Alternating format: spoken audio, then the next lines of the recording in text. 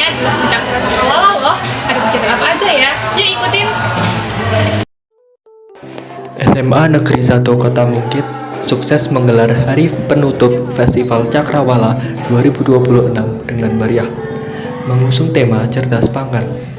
Puncak acara ini diisi dengan berbagai kegiatan seru seperti bersepeda bersama atau biasanya disebut kokit ngepit, penilaian sepeda hias, serta beragam kompetisi kreativitas siswa mulai dari memasak, melukis tampah, mural, hingga Clash of Champions.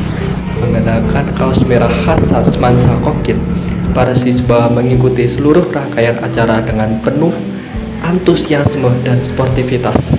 Festival tahun ini resmi ditutup di GOR sekolah dengan penayangan karya-karya terbaik